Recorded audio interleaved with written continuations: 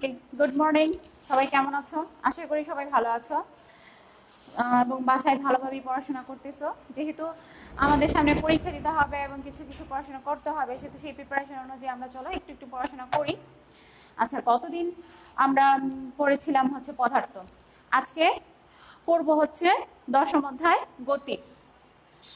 আচ্ছা, গতি গতি এটা খুবই মজার বিষয়। এই বিষয় নিয়ে আজকে কথা বলবো। সেখানে অনেক বিষয় আছে, স্থিতি কি, গতি কি, স্থিতি গতির বিষয় নিয়ে অনেক ধরনের আলোচনা এবং অনেক মজার মজার বিষয় চিন্তা করবো এবং কথা বলবো। আচ্ছা, স্থিতিগতি আমাদের প্রতিদিনেরই একটা অভিজ্ঞতা থাকে। আমরা চলতে গিয়ে দেখি বা কোথাও যেতে গেলে দেখি যে আমাদের চারপাশে অনেক বস্তু আছে, যেগুলো কিছু আছে কি স্থির হয়ে দাঁড়িয়ে আছে, আর কিছু আছে কি আমাদের সাথে মনে হয় ওরাও গতিশীল অবস্থায়, মানে ওরাও আমাদের সাথে যাচ্ছে। বিশেষ করে দেখা যায় যে আমরা যখন কোনো কিছুতে ভ্রমণ করি, যেমন ট্রেনে যাই বা বাসে যাই, মনে হয় যে আমাদের সাথে সাথে বোধহয় রাস্তার চারপাশে যে গাছগুলো দাঁড়ায় আছে সেগুলোও মনে হয় চলছে। আসলে কিন্তু তা না, দেখা যাচ্ছে ওরা ঠিকই স্থির আছে, শুধু আমরা জায়গা থেকে নড়ছি বা আমরা গতিশীল। তাহলে এরকম অনেক ধরনের উদাহরণ আছে, যেমন কি বাড়ি ঘর, দালান কোঠা, ল্যাম্প পোস্ট, হ্যাঁ, রাস্তার সবকিছু কি থাকে, সবসময় দাঁড়িয়ে থাকে। তাহলে ওগুলাকে কি বলতে পারি আমরা? স্থির। আর যেগুলো হচ্ছে কি যখন সেটা চলতে শুরু করে সেটা হচ্ছে গতিশীল। আবার একটা কথা আছে, পৃথিবী যেহেতু চারদিকে ঘুরছে, পৃথিবী অবিরত ঘূর্ণায়মান, তাহলে কি পৃথিবীর সবকিছুই গতিশীল। ওকে, তাহলে এখন স্থিতি নিয়ে যেমন কিছু কথা বলি, সেটা হচ্ছে স্থিতি বিষয়টা কি। যে কোনো বস্তু এক জায়গায় স্থির দাঁড়িয়ে থাকাটা, হ্যাঁ, সেটাই হচ্ছে তার স্থির অবস্থানটাই, সেটাই হচ্ছে তার স্থিতি। যেমন অনেক কিছুই দেখি, যেমন আমাদের চারপাশে যখন এই ব্ল্যাকবোর্ডের কথা চিন্তা করি, সেটা কি এক জায়গায় আছে, সেটাকে যদি আমরা নড়িয়ে নিয়ে যাই তাহলে সেটা একমাত্র চলতে পারবে বা তখন তার গতিশীল অবস্থায় ফিরে আসবে। কিন্তু এখন সে কি আছে? স্থির। আর স্থির যে অবস্থানটা সেটা হচ্ছে স্থিতি। ওকে, যখন কোনো বস্তু গতি অবস্থায় থাকে বা চলতে শুরু করে, চালানো হয় বা কোথাও নিয়ে যাওয়া হয়, তখন সেটা হয় গতি। আর যখন স্থির থাকবে সেটাই হচ্ছে স্থির বা স্থিতি। তাহলে আমরা আমাদের পাঠ্য বইয়ের 83 পৃষ্ঠায় আমরা দেখব যে এখানে বলা হয়েছে যে সময়ের সাথে পর্যবেক্ষকের সাপেক্ষে কোনো বস্তুর অবস্থান পরিবর্তন না করাই হলো স্থিতি। কথা হচ্ছে সময়ের সাথে, যখন এখন স্থিতি এবং গতিতে অবশ্যই খেয়াল রাখতে হবে সময়ের কথাটা। সময়ের সাথে পর্যবেক্ষক যে দেখতেছে বা যে জিনিসটাকে নিয়ে পর্যবেক্ষণ করছে তাকে বলা হচ্ছে পর্যবেক্ষক। তার সাপেক্ষে কোনো বস্তুর যদি অবস্থানের পরিবর্তন না ঘটে, কোনো বস্তু যদি অবস্থান পরিবর্তন না হয়, তাহলে তাকে বলা হবে স্থিতি। তাহলে আমরা এটাকে আন্ডারলাইন করে নিব। 83 পৃষ্ঠার আমাদের সংখ্যাটা, স্থিতি সংখ্যাটা, সময়ের সাথে পর্যবেক্ষকের সাপেক্ষে কোনো বস্তুর অবস্থান পরিবর্তন না করাই হলো স্থিতি। আচ্ছা, এখন এই স্থিতির একটি সুন্দর একটা উদাহরণ দিয়েছে কি, যে একটি ঘটনা ধরা যাক, যে একটা রেল স্টেশনে দাঁড়িয়ে ট্রেনের জন্য অপেক্ষা করলে তার সামনে দেখি ট্রেন যখন অতিক্রম করে চলে যায়, তখন ট্রেনটাকে বলা হয় কি? গতিশীল। আর যে দাঁড়িয়ে থাকবে তাকে কি ধরা হবে? স্থিতি। কিন্তু যে ট্রেনের ভিতরে থাকবে তার কাছে মনে হবে যে সেও বোধহয় চলে যাচ্ছে। তাহলে এই যে স্থিতি আর গতির মাঝে কি আছে? একটা মিল আছে। এবং স্থিতি আর গতিকে কি বলা হচ্ছে? আপেক্ষিক। স্থিতি আর গতির আপেক্ষিক কথাটাও বলা হচ্ছে। কিভাবে বুঝবো স্থিতি ও গতির আপেক্ষিকতা ব্যাখ্যা? বলা হচ্ছে কি যে সকল গতি আপেক্ষিক ব্যাখ্যা করো। এখানে একটা প্রশ্ন যেটা হচ্ছে সকল গতি আপেক্ষিক ব্যাখ্যা করে। এখন সেই সকল গতি যে আপেক্ষিক সেটা আমরা কিভাবে তুলে ধরবো? তাহলে আমাদের পাঠ্য বইয়ে যে একটা উদাহরণ দেওয়া আছে, সেই উদাহরণটা কি? কোনো বস্তু এক পর্যবেক্ষকের সাপেক্ষে স্থির থাকলেও একই সঙ্গে অন্য পর্যবেক্ষকের সাপেক্ষে গতিশীল হতে পারে। যেমন যখন আমি দাঁড়িয়েছিলাম স্টেশনে, তখন আমার কাছে মনে হয়েছে আমি স্থির, ট্রেনটা গতিশীল। কিন্তু যখন সে ট্রেনের ভিতরে ছিল তার কাছে মনে হচ্ছে সে তো ট্রেনে যাচ্ছে, গতিশীল, এবং স্টেশনে দাঁড়িয়ে সেও গতিশীল। এই ঘটনা বিবেচনা করা, চিন্তা করা যায় যে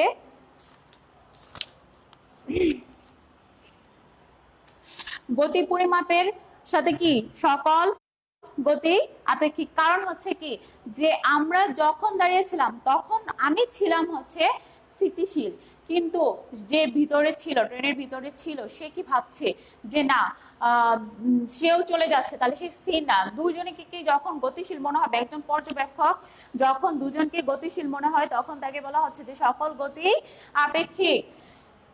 আচ্ছা, এখানে আরেকটি কথা বলা হয়েছে যে যখন বলা হচ্ছে যে একটি গাছ থাকে স্থির থাকে আর বাসের যাত্রী যখন গতিশীল থাকে তখন আমরা কি করতে পারি, এই সিদ্ধান্ত উপনীত হতে পারি যে কোনো বস্তুই পরম স্থিতি বা পরম গতি থাকতে পারে না। স্থিতি গতি দুটি সম্পূর্ণ আপেক্ষিক, নির্ভর করে কার উপর? পর্যবেক্ষকের উপর। তাহলে যখনই বলবে আমাদের সকল গতি আপেক্ষিক ব্যাখ্যা করো, তখনই আমাদের কি করতে হবে যে আমাদের এই মহাবিশ্বের সকল বস্তু কি কোনো কিছু স্থির না বা গতিশীল না, তখন এই সকল বস্তুই স্থিতিশীল এবং গতিশীল অবস্থায় পরম গতিতে থাকে। তখন এটার উপর নির্ভর করে বলা হয় যে সকল গতি আপেক্ষিক।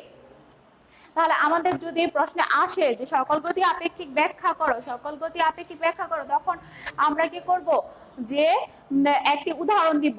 একটি উদাহরণ যেমন দেওয়া যায় যে যে কোনো একজনের বন্ধুর নাম দিয়ে, যেমন আরিয়ান আমাদের পাঠ্য বই দিয়েছে, বা রায়হান, যে কোনো একজনের নাম দিয়ে দিব যে সে বাসে চলমান।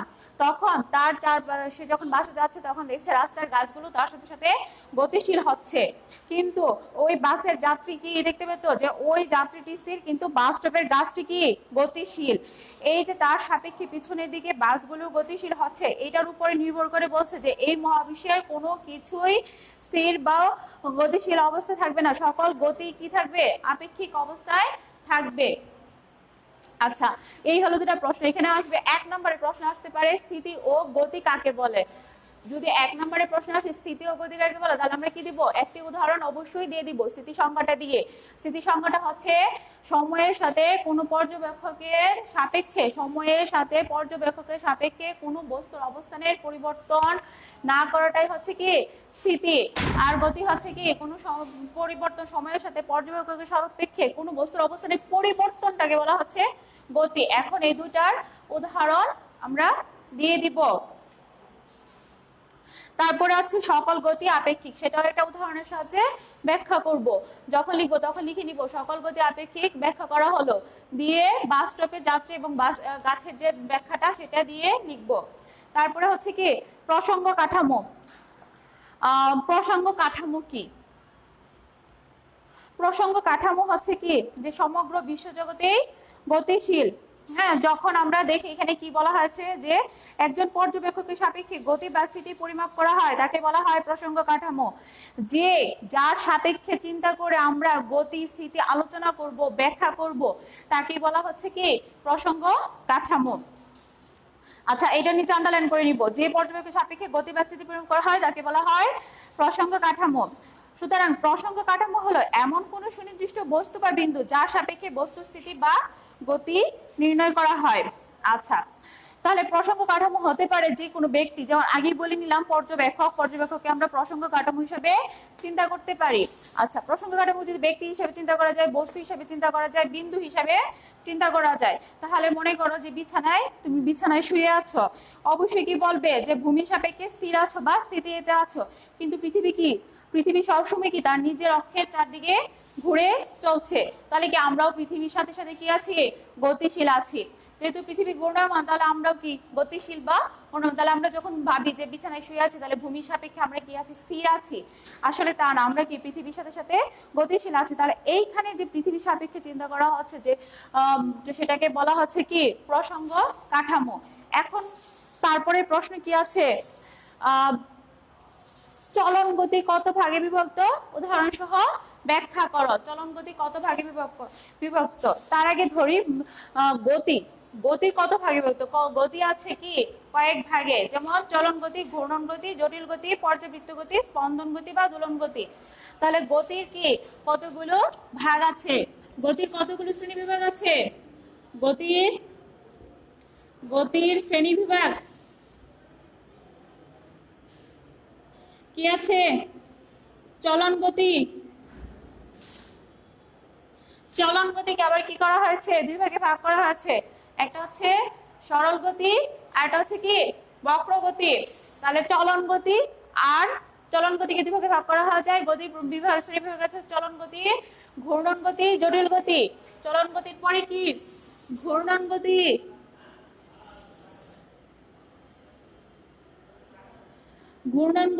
তারপরে কি জটিল গতি।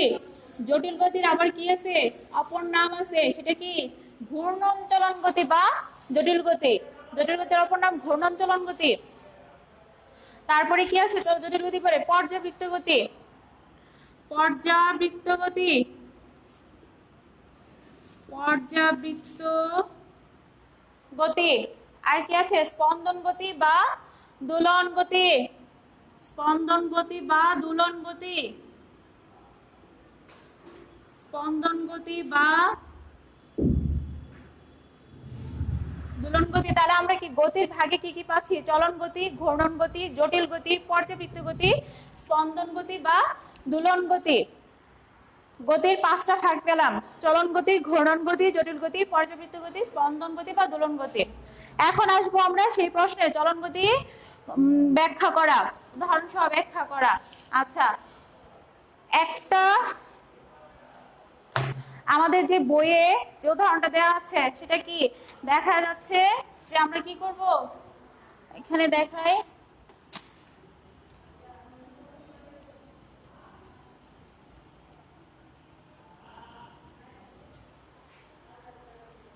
এইখানে যদি আমরা একটা চিন্তা করি, এখানে একটা বাক্সের কাঠামো আছে, এটাকে একটা যদি বিন্দু হিসেবে দেখি, এখানে একটা বিন্দু, এখানে একটা বিন্দু দিলাম এরকম ভাবে, তখন যদি এখানে এই বিন্দুটাকে ধরি এ, এটাকে ধরি সি বিন্দু, এটাকে যদি আমরা ঠেলে ওপাশে নিয়ে যাই, একজন ব্যক্তি যদি এটাকে ঠেলে ওপাশে নিয়ে যায়, তাহলে কি হবে?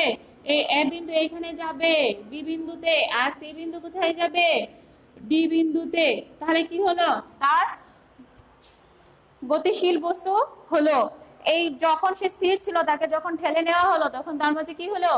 গতিশীল বস্তু হলো এবং সে চলতে শুরু করলো। তাহলে এই যে একটা গতি দেখা গেল, তাহলে সেই গতিটাই হচ্ছে চলন গতি। আচ্ছা, তারপরে কি আছে? দেখা যায় আরেকটা সহজ উদাহরণ দেখি, সেটা হচ্ছে কি দেখা যাবে যে আমরা আমরা সাধারণত আমরা সবাই দেখি, যেমন টেবিলের ড্রয়ারের গতি, আন্ডারলাইন করে নিব। টেবিলের ড্রয়ারের গতি, ঢালু তল দিয়ে কোনো বাক্স পিছলে পড়ার গতি। আমাদের এমসিকিউ আসতে পারে যে টেবিলের ড্রয়ারের গতি বা ঢালু তল দিয়ে কোনো বাক্স পিছলে পড়ার গতি কি ধরনের গতি? তাহলে টেবিলের ড্রয়ারের গতি আর হচ্ছে কি ঢালু তল দিয়ে কোনো বাক্স পিছলে পড়ার গতি, আবার লেখার সময় হাতের গতি। আমরা যে পরীক্ষায় লিখি বা বাসায় লিখি, সেটা কি লেখার সময় হাতের যে গতি হয় সবই কি চলন গতি। তাহলে কি আমরা ওইটা বলতে পারি যে টেবিলের ড্রয়ারটাকে যদি আমরা এভাবে টান দিই, তাহলে কি দেখি যে আমাদের সাথে যখন আসলো সেটা এক ধরনের গতি, কারণ সে তো স্থির ছিল, যখন আমরা তার উপরে বল প্রয়োগ করলাম, তাকে টানলাম, তখন সে গতিশীল অবস্থায় হলো। আচ্ছা, এই গতিকে আবার আমরা আগেই বলেছি চলন গতিকে আবার দুই ভাগে ভাগ করা যায়, একটা হচ্ছে সরল গতি আর একটা কি বক্র গতি। একটা হচ্ছে সরল গতি আর একটা কি বক্র গতি। এই সরল গতিটা কি? যখন আমাদের হাত কখনো সোজা বা সরল রেখায় যায় তখন তাকে বলা হয় সরল গতি। যখন আমাদের কোনো গতিটা সোজা বা সরল রেখায় চলে তখন সেটাকে বলি আমরা সরল গতি। আর বক্র গতি হচ্ছে যখন কোনো বস্তু সরল রেখা বরাবর চলে না, যখন কি হয় বাঁকা পথে যায় বা বেঁকে চেকে যায়, তখন সেটাকে আমরা বলি বক্রগতি। যখন বেঁকে যাবে তখন সেটা হচ্ছে বক্রগতি। আর যখন সে সোজা সরল রেখায় চলতে থাকবে তখন সেটাকে আমরা কি বলবো? সরল গতি। তাহলে আমরা চলন গতি দুটা ভাগ পেলাম, একটা হচ্ছে চলন গতি দুটা ভাগ, সরল গতি আর বক্র গতি। তাহলে আমরা কি বলতে পারি? যখন কোনো গতি সরল রেখায় চলবে তখন তাকে বলা হয় সরল গতি।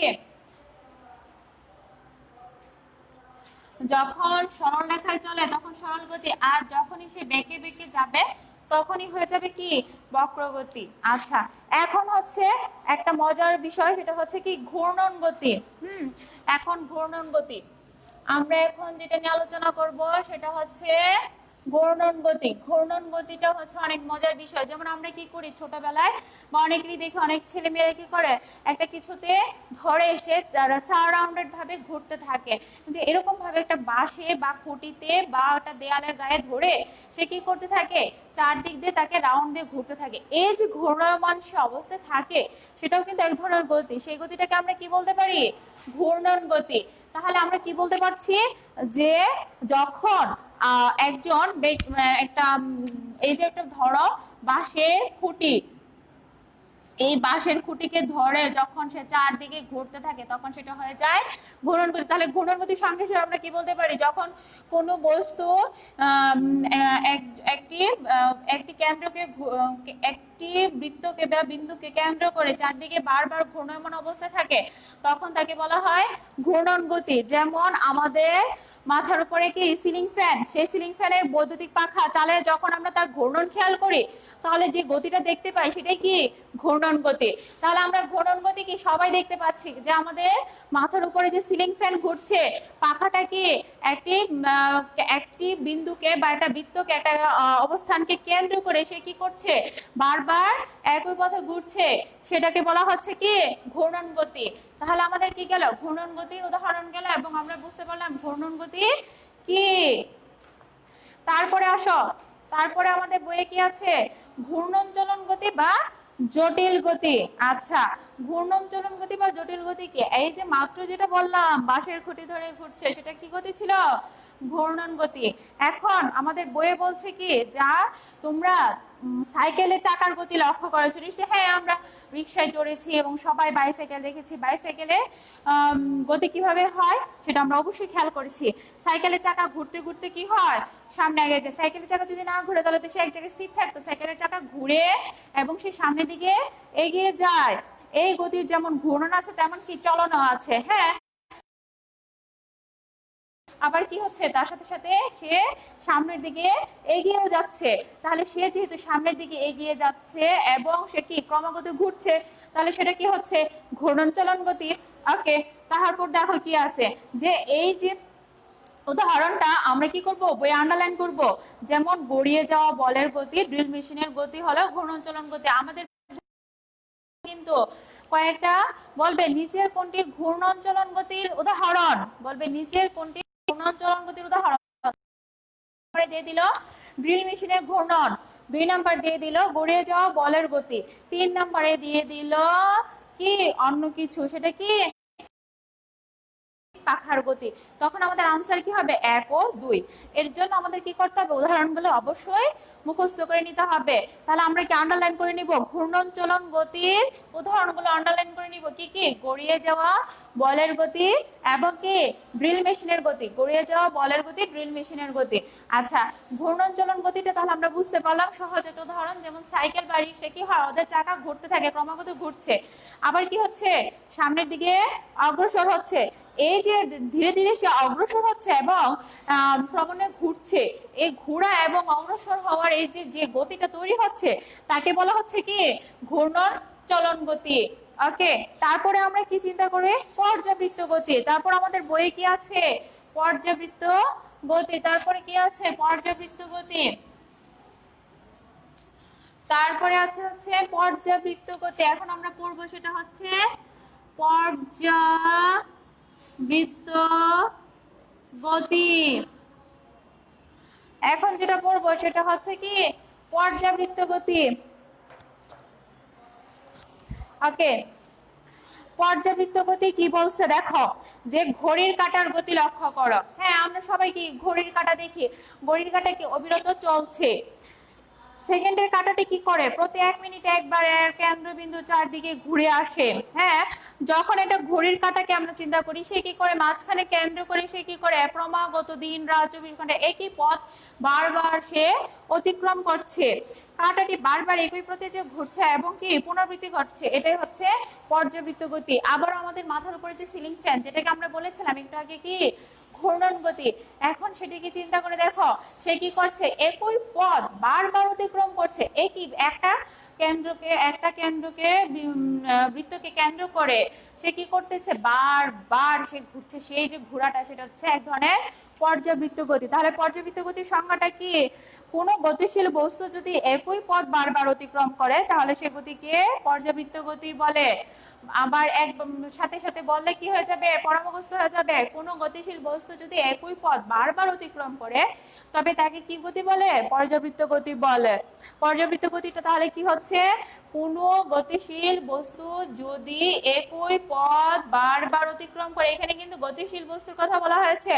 কোন গতিশীল বস্তু যদি একই পথ বারবার অতিক্রম করে তাহলে তাকে কি বলা হয়, পর্যাবৃত্ত গতি। কোন গতিশীল বস্তু যদি একই পথ বারবার অতিক্রম করে তাহলে তাকে বলা হয় পর্যাবৃত্ত গতি। ওকে, এখন পর্যাবৃত্ত গতির কয়েকটি উদাহরণ আছে। সেই পর্যাবৃত্ত গতির কয়েকটি উদাহরণ কি করব, আমরা সবাই আন্ডারলাইন করে নেব এবং সেগুলো আমাদের পরীক্ষা এমসিকিউ এর জন্য খুবই দরকার এমসিকিউ এর জন্য। সে এমসিকিউ এর জন্য কি কি পড়ে নিব, সেটা হচ্ছে ঘড়ির কাঁটার গতি, পাক দৌড়ের গতি, বৈদ্যুতিক পাখার গতি। তাহলে কি কি হচ্ছে, ঘড়ির কাঁটার গতি, পাক দৌড়ের গতি, আর এটা কি বৈদ্যুতিক পাখার গতি। তাহলে আমরা পর্যাবৃত্ত গতির কয়টা উদাহরণ পেলাম, একটা হচ্ছে কি ঘড়ির কাঁটার গতি, ঘড়ির কাঁটার গতি।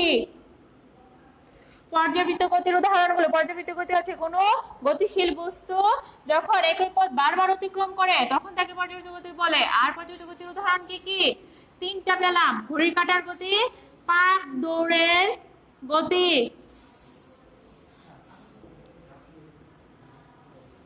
পাক দৌড়ের গতি, আরেকটা কি বৈদ্যুতিক পাখার গতি, বৈদ্যুতিক পাখার গতি। তাহলে কি আসবে, পর্যাবৃত্ত কাকে বলে উদাহরণ দাও। তাহলে পর্যাবৃত্ত গতির সংজ্ঞা আমরা পেলাম এবং কি পর্যাবৃত্ত গতির উদাহরণ পেলাম তিনটা। ওকে, পর্যাবৃত্ত গতি কি আমরা ব্যাখ্যা করতেও পারবো। এখন পরের যে গতি আছে সেটা কি স্পন্দন গতি বা দোলন গতি। এখন আমরা সেটা পড়বো কি স্পন্দন গতি বা দোলন গতি পড়বো। এখন আমরা পড়বো কি স্পন্দন গতি বা দোলন গতি। এখন পড়বো হচ্ছে কি আমরা স্পন্দন গতি বা দোলন গতি। এখন দেখো স্পন্দন গতি বা দোলন গতি এটা খুবই মজার বিষয়।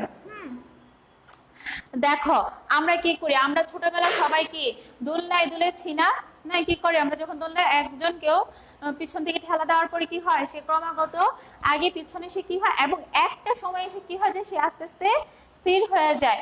বা আমরা যদি কোনো বস্তুকে সুতা দিয়ে ঝুলিয়ে দেই, ঝুলিয়ে দেওয়ার পরে সে কি হবে এক মানে আগে পিছনে এইভাবে ক্রমান্বয়ে দুলতে থাকবে এবং একটা সময় এসে কি হয়ে যাবে আবার ঠিক ওই জায়গায় এসে স্থির হয়ে যাবে। তাহলে যদি কোনো বস্তু একটি অবস্থানের সাথে সে কি হয় আগে পিছনে গতিশীল হয় তখন তাকে বলা হয় স্পন্দন গতি বা দোলন গতি। যদি কোনো বস্তু তার অবস্থানের সাথে সে আগে পিছনে দোলায়মান বা দোলতে থাকে বা সে গতিশীল হয় তখন যে গতিটা হয় সেটা হচ্ছে কি স্পন্দন গতি বা দোলন গতি। তাহলে আমরা একটা মজার উদাহরণ চিন্তা করি। এখানে কি আমাদের পাঠ্য বইয়ে দুটা উদাহরণের কথা বলা হয়েছে। একটা বলা হয়েছে কি যে আমরা যদি একটি কাঠের টেবিলের উপরে একটা রোলার মানে স্কেল রাখি, স্কেলের বেশি অংশটা যদি বাইরের দিকে থাকে আর বাকি যে অংশটা টেবিলের উপরে ছিল সেটাকে যদি আমরা ধরে রাখি, ধরে ওটাকে যদি আমরা ছেড়ে দেই, যেমন ধরো এটা কি টেবিল, এখানে আমরা একটা স্কেল রাখলাম, হ্যাঁ রেখে এটাকে ধরলাম ভালোভাবে দৃঢ়ভাবে ধরলাম মানে শক্ত করে ধরলাম, ধরার পর এই প্রান্তে যদি আমরা এরকম ভাবে ছেড়ে দিই তাহলে সে কি হবে আগে পিছনে কি হবে যেতে থাকবে এবং একটা পর্যায়ে দুলতে থাকবে। এই যে অবস্থানটা সেটাকে বলা হচ্ছে দোলন গতি। যে গতিটা তৈরি হয়েছে সেটা হচ্ছে কি দোলন গতি বা স্পন্দন গতি। আরেকটা আমরা এতক্ষণ যা বললাম যে বলতেছে যে সুতার এক প্রান্ত কি করবো এটা ছোট নুড়ি পাথর দিয়ে যদি বেঁধে ঝুলিয়ে দেই কোনো যেমন এটাতে মাঝখান বরাবর যদি আমরা সুতা দিয়ে এখানে একটা নুড়ি পাথর দিয়ে ঝুলিয়ে দেই তারপরে কি হবে সে কি হবে আগে পিছনে শুধু ক্রমান্বয়ে গতিশীল হবে। এই তারপর যে গতিটা তৈরি হবে সেটাকে কি বলা হচ্ছে স্পন্দন গতি বা দোলন গতি। আমাদের প্রশ্নে আসতে পারে স্পন্দন গতির অপর নাম কি, তাহলে আমরা দিব দোলন গতি। আবারও আসতে পারে দোলন গতির অপর নাম কি স্পন্দন গতি। আচ্ছা তাহলে আমরা সংজ্ঞাটা কি পেলাম যে দোলন গতি বা স্পন্দন গতি হলো সেই গতি যেখানে কোনো বস্তু একটি অবস্থানের সাথে অগ্র পশ্চাৎ গতিশীল মানে আগে পিছনে গতিশীল তখন তাকে বলা হচ্ছে স্পন্দন গতি বা দোলন গতি। আচ্ছা তাহলে আজকে আমরা কি কি পড়লাম, স্থিতি ও গতি কাকে বলে উদাহরণ দাও। স্থিতি গতির অসংখ্য উদাহরণ। আমরা যখন একটি বাসে উঠে বসে থাকি তো যখন বাসটি চলতে থাকে তখন হয়ে যায় আমরা গতিশীল, হ্যাঁ আবার স্থির যখন বাস থেমে যায় আমরা স্থির হয়ে যাই তখন সেটা বলা হয় স্থির। স্থির যে অবস্থানটা থাকার যে অবস্থাটা সেটাই হচ্ছে স্থিতি।